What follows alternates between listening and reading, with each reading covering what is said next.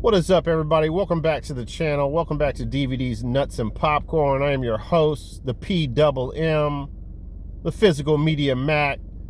And I'm back, guys. I missed a weekend. I think I made a video every weekend for at least a couple of months, maybe 3 months.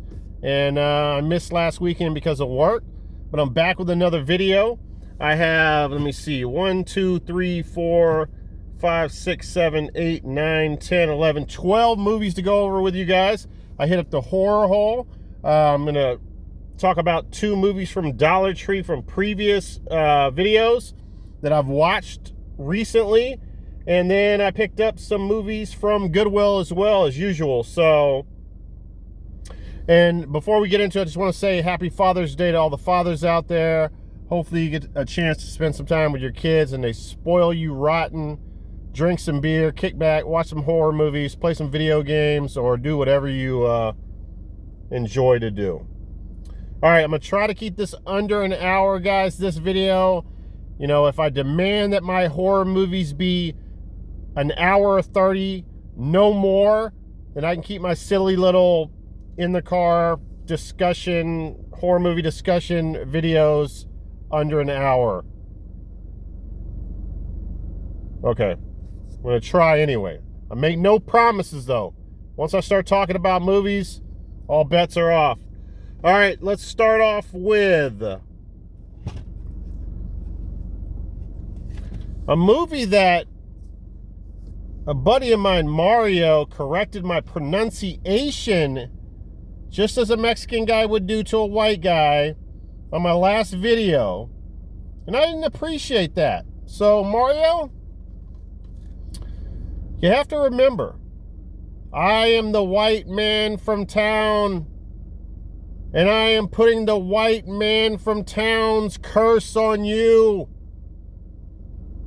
You will no longer be able to pronounce Spanish words, and everyone that is parked in your driveway will turn their backs on you one by one, because I am the white man from town. And I have put the white man from town's curse on you. See? It didn't have to be like this. I didn't have to take it there. You didn't have to take it there. Now you got the white man's curse on you. But anyway, I finally got around to watching this movie. I don't know what it's called. Cuckoo for Cocoa Puffs, The Boogeyman, I'm going to call it, so I don't mess it up again. But anyway, I don't know, man. This is a bad Dollar Tree movie. I don't know what to tell you. That's my summary of it. I would say that this is a Krampus-style movie. And it's got bad CGI.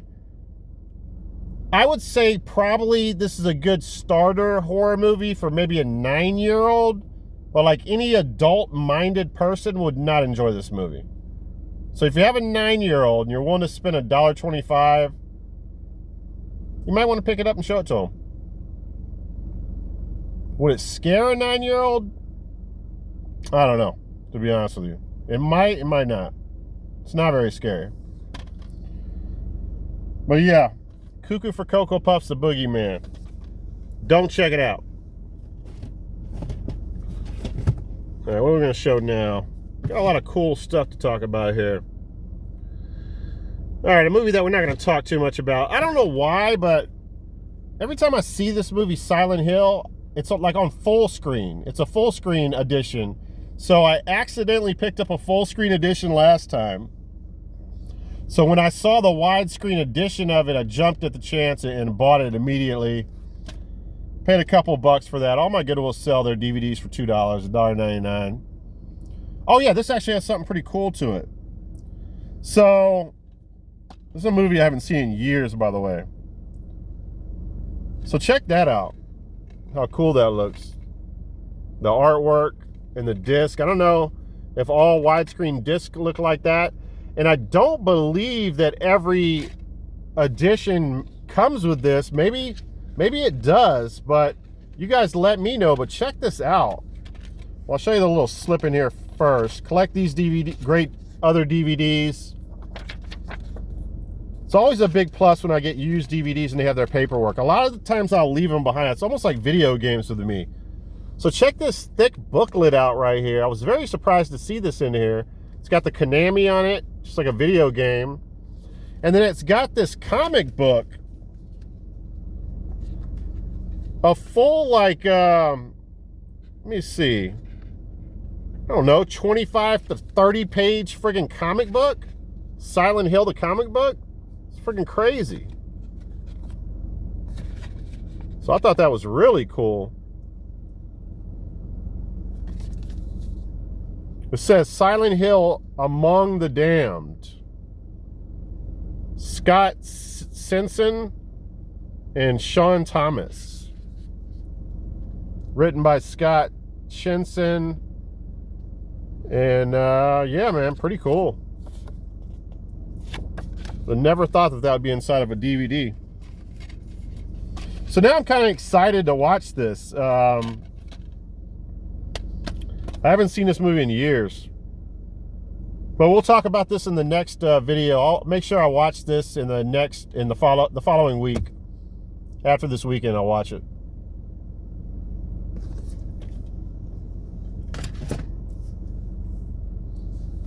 All right, what else we got here? All right, this is an interesting one. So I picked this up from the Horror Hole. I've heard a lot of things about this movie. I've heard a lot of people talk about it, kind of at a distance, like not knowing whether it was good or not, but I just know, I know of the movie. I've seen the previews of it. I've seen other people pick it up, but I haven't really heard too much about it, whether it was good or not. This is a 2012 film, and there's really no way that I can possibly sell you on this movie being good, guys. So I will just tell you that it's so bad that that it actually won me over. I'm just going to put it to you that way. But be warned. Do not even come close to attempting to try to make sense out of anything that happens in this friggin' movie. It's very nonsensical. Now, the guy who, let me see, who did direct this? I'm not even sure now. Let me see. I might be mixing this up with another movie. I think I am, actually. But you can see from the cover there, and we'll be talking about this in a moment, guys. This, if you've ever watched Urban Legend, this is the killer from Urban Legend. They literally stole the killer from Urban Legend. He's basically just wearing a Parker. I could be the killer in this movie. I could put on my Puff Daddy, my P. Diddy fox fur hoodie and be the killer. I'm probably going to do that for Halloween. But yeah, man, that is the Urban Legend killer for sure. So this movie is basically these three friends, or two friends, well, we'll just say three friends. They know each other from work, right? Two guys and a girl. They're going home from a party. The one guy's drunk as hell, and he's like, you need to stop at an ATM. And they have this ATM out like in the middle of nowhere, and it has it's not like just your regular ATM that's outside. It has an enclosure built around it, so it's almost like it's a building that you can go in. I don't know, you can fit like 4 or 5 people in there. They actually have one around the corner from my house, a Bank of America one, that you use your credit card to get in the door, and then you're secure inside of it. There's an ATM or multiple ATMs in it. So the movie's about them going in there, and then this guy in the Parker showing up, standing in front of the door. He's an intimidating guy. He looks like he's about 250, 6'4", and basically he terrorizes them. So this movie has, I'm going to give up the reveal of the movie because I don't really feel like it's a good reveal at all. It's a really sucky ass reveal. But at the end of the movie, you find out that this guy is like a student of this ATM building in the parking lot. He's like he's got plans and diagrams and mathematical equations on, you know, what part of the parking lot to come in and what lights are out and how to get in. I mean, just everything. Like it's just the dumbest thing ever. And he spends probably 20 minutes of the movie trying to break into the back of the damn ATM. If he's such a student of the fucking ATM, wouldn't he know how to break into the back of the fucking ATM or building? So the guy shows up with no fucking weapon. This just boggles my mind. He has no weapon. Okay, I don't know if he had an axe, if they would have if Urban Legend would have sued him or what. I assume they could not, right? I mean, at least have a knife, something. He shows up with no weapon at all, and he ends up breaking in their car, getting a tire jack. So that ends up being like his main weapon in the fucking movie. It's ridiculous. What else? I don't know. This movie is, like I said, it's so bad that it's actually pretty good. It's so over the top and cheesy and just ridiculous that I don't know. There's some fun to be fucking had with the movie. At this one part, I don't know if this is part of his plans, but he finds a fire department water hose and he turns on the water. Mind you, it's 5 degrees. They keep showing the temperature there. It's minus 5 degrees. There's no snow, no ice outside at all. And they're like breathing, like literally you can see frost coming out of their mouths when they breathe inside. And he takes the water hose and puts it in a vent. And now he's filling up this ATM structure with water. They're getting all soaking wet. It's pretty funny, man. There's some definitely some funny scenes in this movie. And yeah, man, ATM. Check it out if you like bad movies.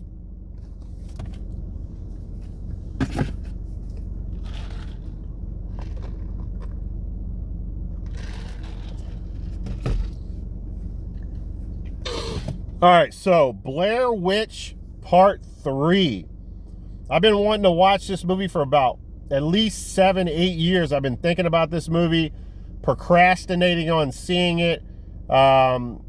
I saw the original Blair Witch probably shortly after it came out in theaters. And, you know, I do not hate Blair Witch 2 Book of Shadows. It's totally a departure from the first film in style, and you know, just the overall structure of it is different. And I actually like the fact that it's different. It's not the same old shit. This movie is the same old shit. That's the problem with this. This is a 2016 film, guys, and it's directed by Adam Wingard, who, by the way, directed Your Next Home Invasion film. It's a pretty good film. I liked it. And a movie called The Guest that I think it came out in, that was in the 2000s sometime, maybe 2015, somewhere around there. And I feel like The Guest is way too overhyped, appreciated movie. I did not think it was that great as people touted it to be. And the main protagonist, or the main antagonist in the movie is really cool, but the movie itself is not all that great.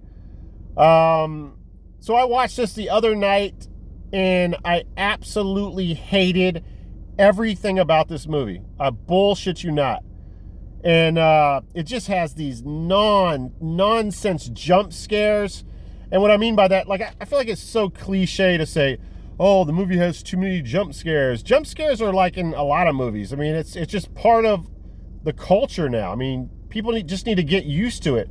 I'm not talking about regular jump scares. I'm talking about like just dumb jump scares. Jump scares where they're in the car and all of a sudden one of them is in front of the camera and they do this loud noise, and it's like there's so much unnecessary loud audio jump scare noise in this movie. It'll drive you absolutely insane.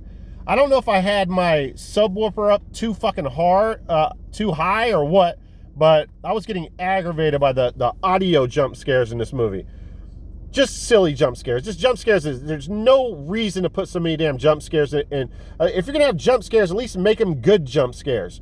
But, so I watched it. I hated it. I was going to come on here and I was just going to rant and rave about how fucking horrible this movie is. And not saying that I was, I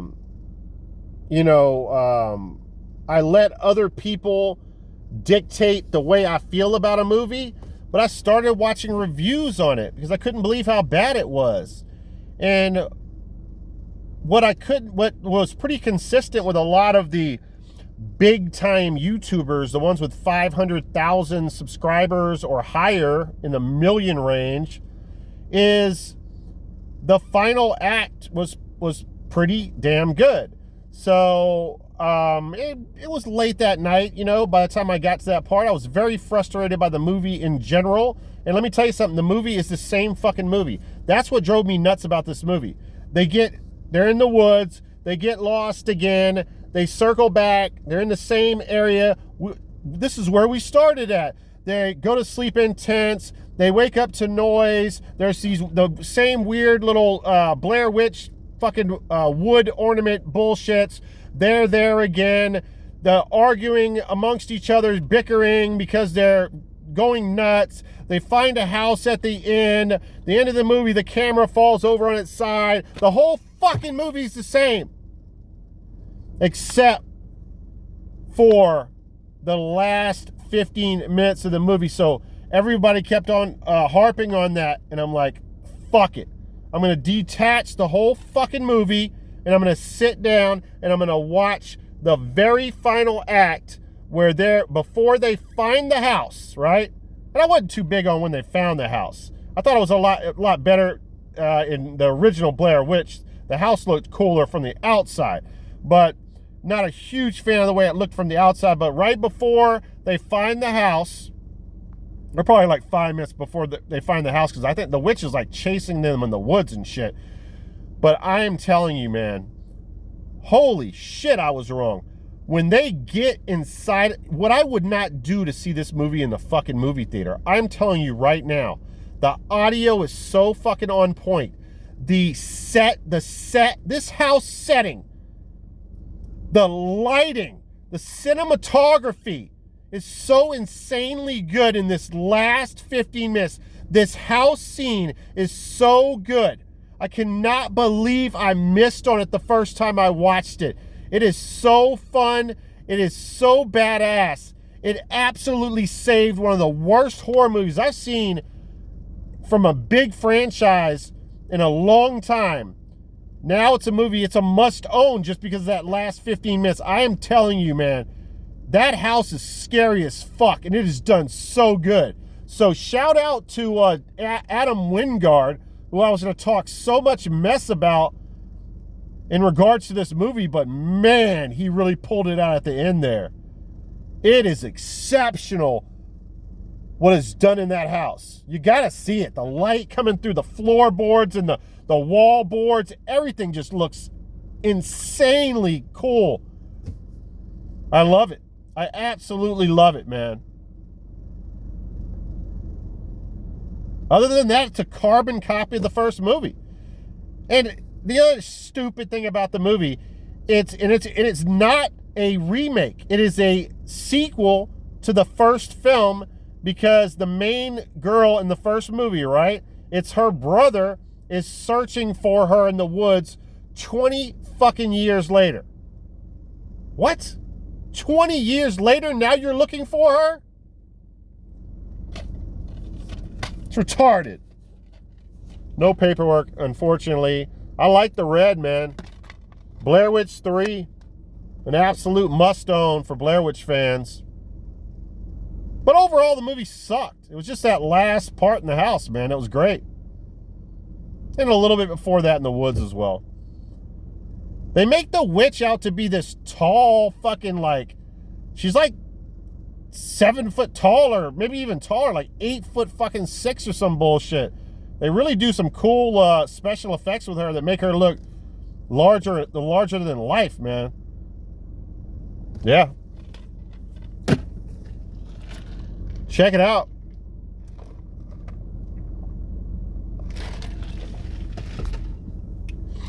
I'm gonna be here an hour. I gotta hurry the fuck up. All right, speaking of urban legend, in the ATM movie, let me see, do we have the killer on here? Is he on here? Yeah, he's on here, but it's so small you probably won't be able to pick it up. But trust me, he looks like the guy from ATM. Trust me. All right, it's a 1998 film. I feel like everybody's pretty much familiar with this movie. This is the first time I've seen this movie in years, though. And to be honest with you, I found it a little bit underwhelming. I even thought for a second it might be a PG-13 film until I looked at it before I recorded this recap. I will say, though, the final act of this movie, just like Blair Witch, because of Rebecca Gayheart, that's her name, Rebecca Gayheart, absolutely saves the movie. Because she gives this train wreck, cheesy, over-the-top performance and fucking nails it. And I'll show you a picture of her right here. So you know, well, actually, I'll put her up on the screen here as well. But yeah, Gayheart just knocks it out of the park and saves a rather bland movie. Robert Englund is also in this movie as a professor. And you think he's the killer at certain points of the movie. And what else? We got a young Jared Leto. He can't be any older than like 20 years old in this. Jared Leto right there. When New England college student Natalie finds herself at the center of a series of sadistic murders, seemingly inspired by urban legends, she resolves to find the truth about Pendleton's own legend of a 25-year-old story of a student massacred at the hands of an abnormal psych professor. As the fraternities prepare to celebrate the macabre anniversary, Natalie discovers that she is the focus of the crazed killer's intentions and the ultimate urban legend, the story of her own horrific murder. So this does come with the paperwork. It's got the blank disc, which I'm really not a huge fan of. This does have the chapters. And it's got some stories about the director in there. Some, not story, but a little essay about the director. Some information on the movie. I think that's pretty badass. Urban legend. Check it out or don't. All right, next up here, we have a Goodwill pickup for a couple of bucks. We have a 1992 film called Fortress. I had never seen this movie before. And this is a Stuart Gordon film. Obviously, the genius behind the Reanimator films, to name just a couple classics. And, you know, he's a Jeffrey Combs guy. Jeffrey Combs is in a lot of his movies. No exception here. Along with Christopher, some people say Christopher Lambert. I say Lambert because I'm American. Christopher Lambert and Jeffrey Combs is in this movie. And it's so cool. Like, I forgot that he was in the movie and I'm watching it.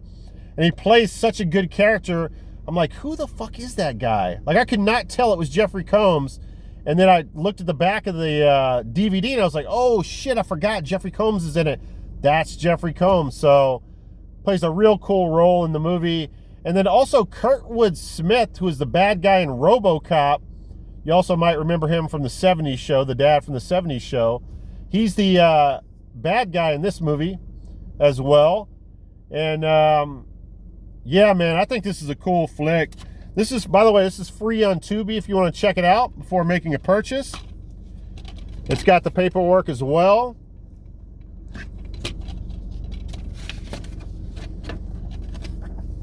And again, I don't know if this is made by the same company, but it's the same little setup there as Urban Legend, right? Is this TriStar like, no, it's Artisan. So they got a very similar setup here.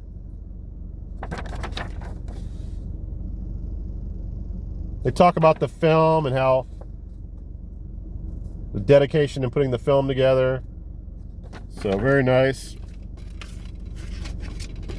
All right, so let me just say something. Christopher Lambert, if you want to call him,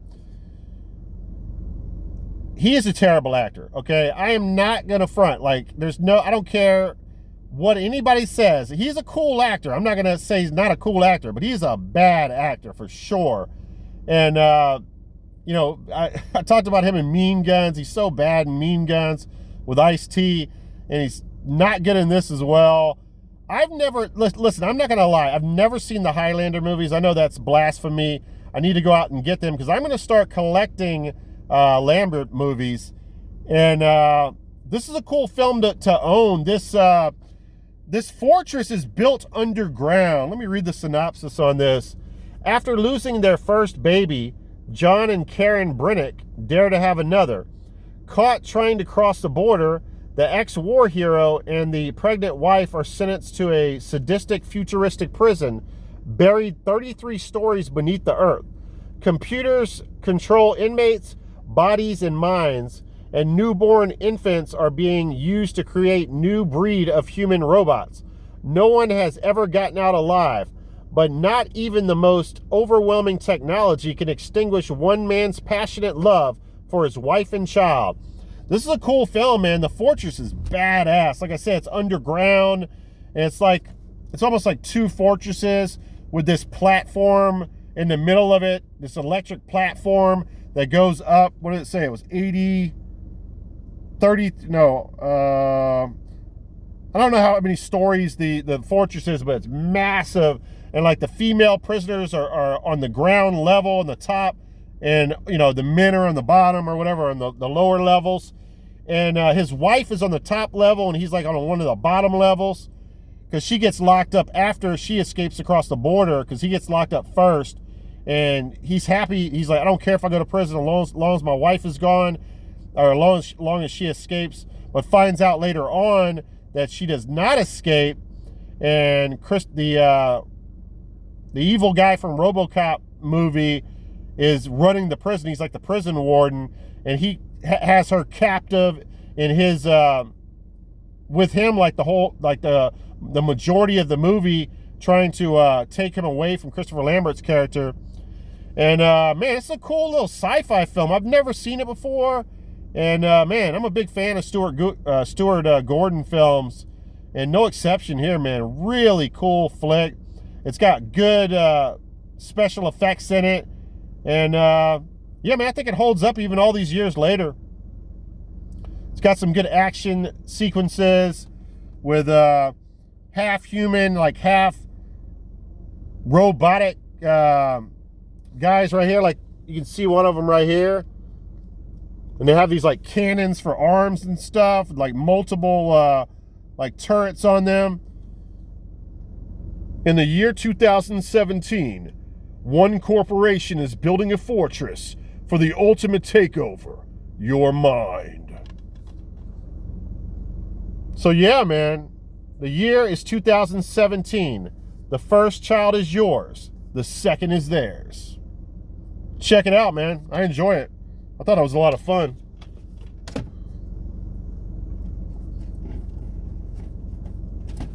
Oh, I want to say one more thing about this.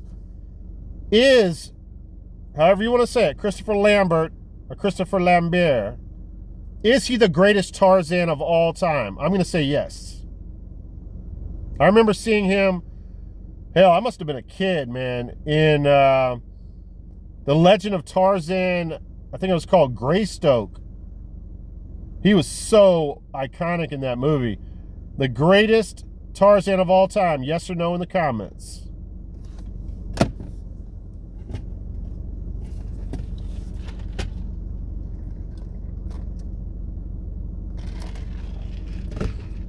All right, I've talked about, so this is kind of an interesting double feature here. I've talked about Skeleton Man before. It's one of the worst movies I've ever seen, but it's so bad that it's good. I mean, there's a skeleton man riding a horse who shoots down a helicopter with a bow and arrow. That's all I gotta say. I mean, it's that fucking hilarious.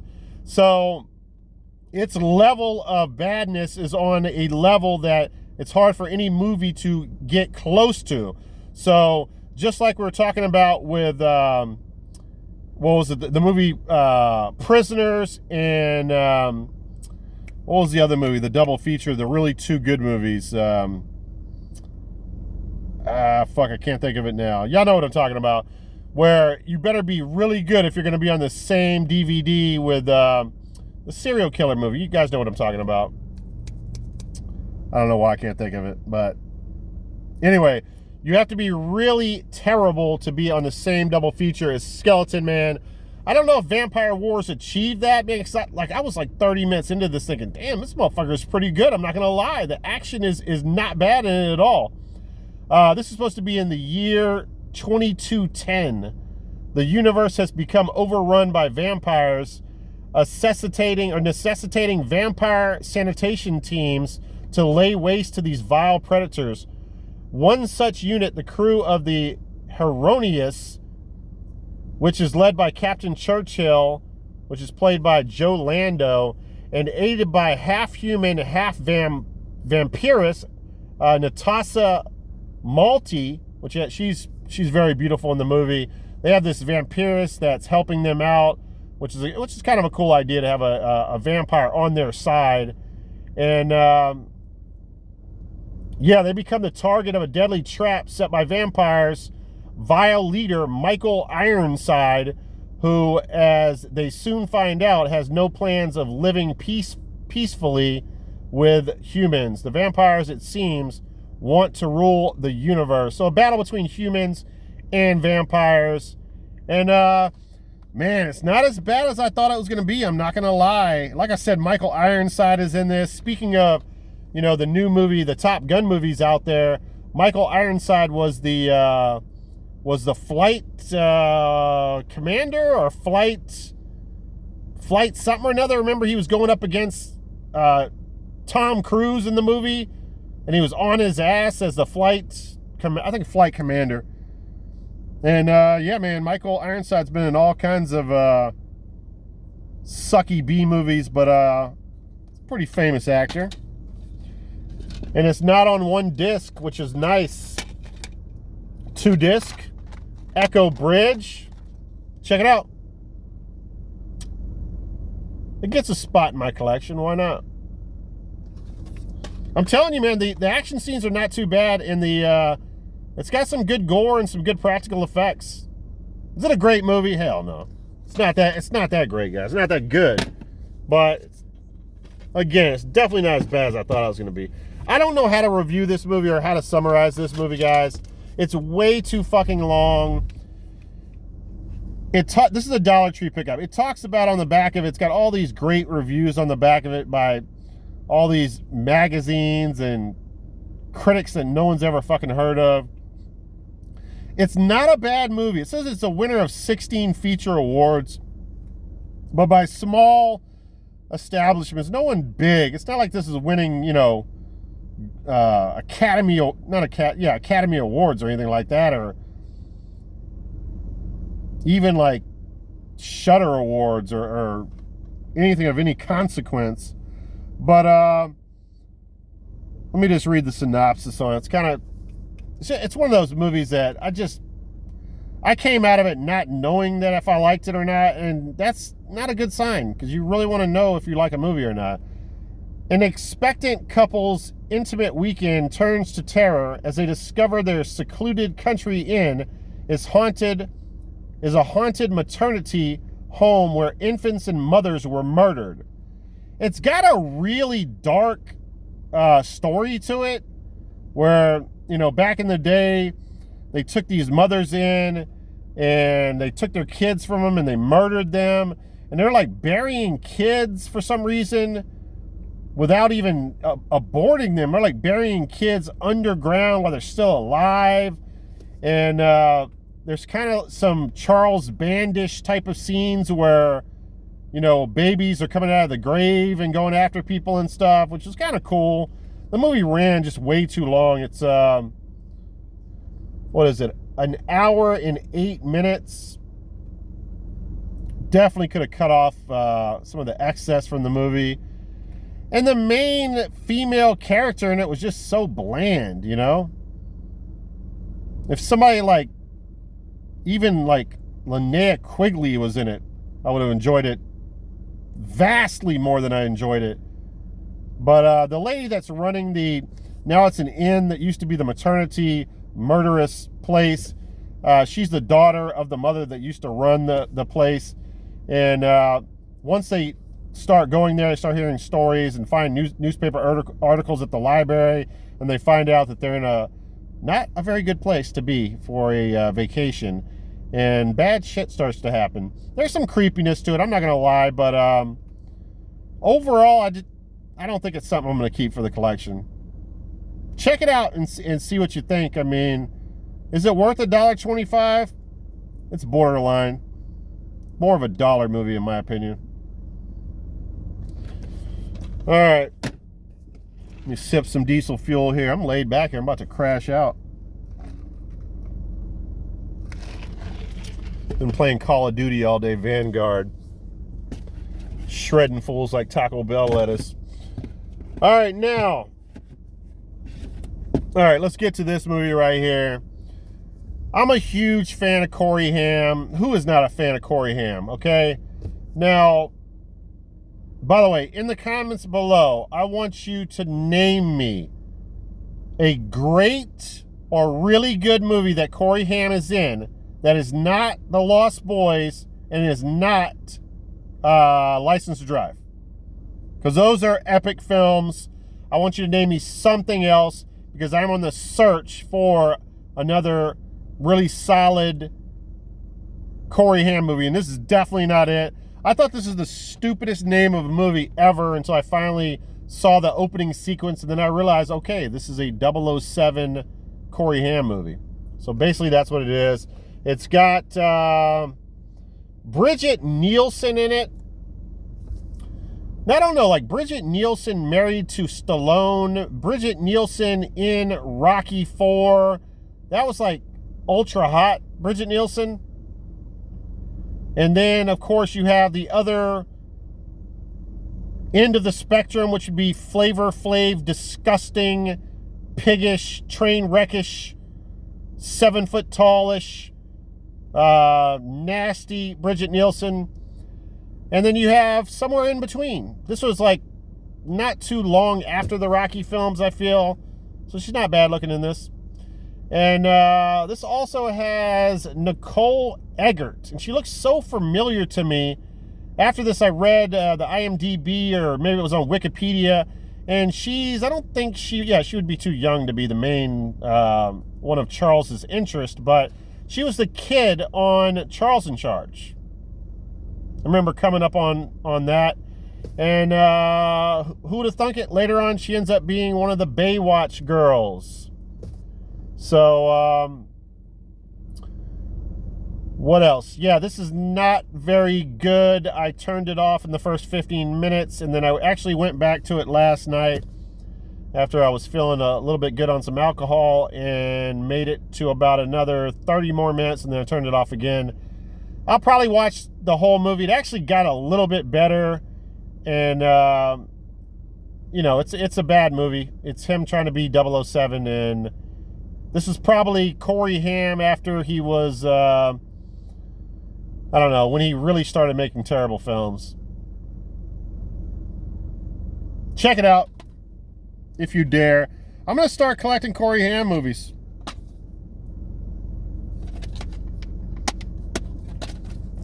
Why? Because I'm crazy. All right, next up here, we got three more movies, and I'll let you guys go. Oh, we're at 38. I gotta hurry up here. All right, we have The Running Man. It's a cool little DVD edition here. I'm gonna read the synopsis here. Let me do the synopsis voice for the first time in this video. The year is 2019. Television is now ruling people's lives. The most popular audience participation game show is The Running Man, where convicts can win pardons instead of parting gifts by defeating the murderous henchmen known as the Stalkers. The Stalkers have... I'm fucking this up. The Stalkers haven't had much of the challenge lately until Ben Richards Schwarzenegger comes along. That was not a good synopsis voice. But anyway, watching this movie again after many years, I felt this movie was a little bit overhyped. I mean, Arnold is always good in movies, don't get me wrong, but his one-liners were really weak in this one. They even brought back the I'll be back, which is fucking hilarious how, you know, I mean, you can't come up with new liners. You're bringing back I'll be back. And then there was another one which was like this one of the bad guys in the game show, he has like this backpack that has gasoline. He has a flamethrower, and Schwarzenegger drops down on him, breaks the hose going on to top of the tank, kicks him into the corner, and then he lights like a flare, and then he says, "Hey, need a light?" And okay, a lot of movies have used that in the past. I'm not gonna knock it for that. But then after he blows him up, he's like, "What a hothead." It's like so fucking hilarious. All throughout the movie, all of his one-liners are just super fucking lame. And which is a shame because he usually has pretty good one-liners. I will say that Maria Chita Alonso in this movie, which by the way was in Colors. She was Sean Penn's love interest, the girl, in the barrio, and on the other side of the tracks, as I would say. And I really thought that their chemistry was good in the movie. I liked both of them in the movie on screen together. I thought it worked very well. And then, of course, Richard Dawson, who I grew up on The Price is Right, one of the greatest talk show hosts of all time, of course, is a talk show host in this film. And then Jesse Ventura, the former wrestler, later on to be a governor, right? Might be the second best part of this movie. I want Jesse Ventura in more movies. I mean, obviously he was in Predator. He's in this. I don't know too many more movies that he's in, but I want to know. Comment below if he's in some really cool, cheesy action films, because I'll be collecting Jesse Ventura movies. He's fucking phenomenal in the movie. He's doing like workout videos and shit. And the only thing that sucks about, a lot of things suck about the movie. I mean, no, don't get me wrong. It's a good movie. It's just not great. It's not one of my favorite Schwarzenegger movies, but there's this scene where they made it like a computer fight to trick the audience members into thinking that Jesse Ventura killed Schwarzenegger's character. So you got to see a cool fight, but it was computerized. It was fake. And then at the end of the movie, when Schwarzenegger finally tracks down Richard Dawson's bodyguard fucking bitches out and won't fight Schwarzenegger. So you're like, fuck, that fight's not going to happen. Well, who cares? Jesse Ventura, of course, is about to bust through the fucking door and fight Schwarzenegger. Nope, doesn't happen. I cannot believe it doesn't happen. It's like, come on. You have to have a real fight between them to see who would really win in a fight. Never happens. Poor choice by the director. I cannot believe that these guys didn't battle it out. It's just him and Richard Dawson. He kills Richard Dawson off. And then the movie basically ends. And so, yeah, I mean, this is a cool DVD edition here. Special edition. I like the colors on it. It's got the special features on this, newly remastered widescreen and full screen versions. Documentary about the current state of privacy and criminal issues in the post 9/11 society. Game theory documentary. An inside look at the reality TV program and its cultural impact on society. Audio commentary with producer Tim Zitterman and director Paul Michael Glazer. Audio commentary by Robert Cohen, the executive producer, and a bunch of other stuff. Check it out, guys. All right, 2 more movies and then we're out. Oh shit, I gotta hurry up. All right, another movie that I picked up at the horror hole. This is a 2012 zombie movies, but zombies in this are in the background, which I really like about this movie. It's really more about the friendship of 2 former baseball players, or not even friendship, because they're like at odds in the movie, but I still feel like there's a real bond between them. And it stars Jeremy Gardner, who also directed the movie, and also stars Adam Cronum. So basically there's a plague that occurs, and it turns people into zombies. And these 2 guys, it doesn't really explain it too much. They used to be former baseball players. And it's cool because this movie has like multiple meanings, or at least that's the way I took it. The one character, the one guy, the baseball player, he's using a Walkman, so he's always has to have his batteries in his Walkman. So that's one meaning. And then they find these walkie-talkies and they put batteries in them, and they hear crosstalk between other people. So they're like crossing the New England landscape, and they're trying to find other people that are not zombies. So they find out, oh shit, there's more people alive that are not zombies. So now they're trying to connect with them. So there's the battery part with that. And then more than one batter in a baseball team is called a battery. All right. And then obviously, so also one of the guys is using a bat to kill zombies. So you have assault and battery. So really clever how they use the multiple meanings of battery. And there's a really cool, I don't know if they stole this concept, but there's a really cool, or the idea of it, but there's a really cool scene where the zombies in this movie are really weak, slow zombies, but one of the guys is sleeping in the car, and this female zombie comes up to the car, and her face is kind of grotesque, but she's kind of hot, and she's putting her breast up against the car and shit. And the one guy is freaked out at first. He's scared. And then all of a sudden he's like, wait a second, man. This chick's kind of hot. So he starts masturbating in the car, jacking off in front of her. And I don't know, man. I started cracking up laughing. It's a really cool scene. And then the baseball, I'm just going to call him his friend. His friend comes up and blows her head while he's still masturbating. And he starts laughing at the guy. It's a hilarious scene. And it's weird, man. The last 30 minutes of this movie, they're trapped in a car with zombies all around the car. It's literally like 30 minutes of them in the car, smoking out, getting drunk, telling stories, trying to figure out a plan of how they're going to get out of the car. Really an interesting take on the zombie genre. Again, it's more about them and their relationship than it is about zombies. Zombies are kind of just, they surround the story, and that's really the reason why I like it. Unique film, and I highly recommend it. I think it's on Tubi right now for free, so check it out.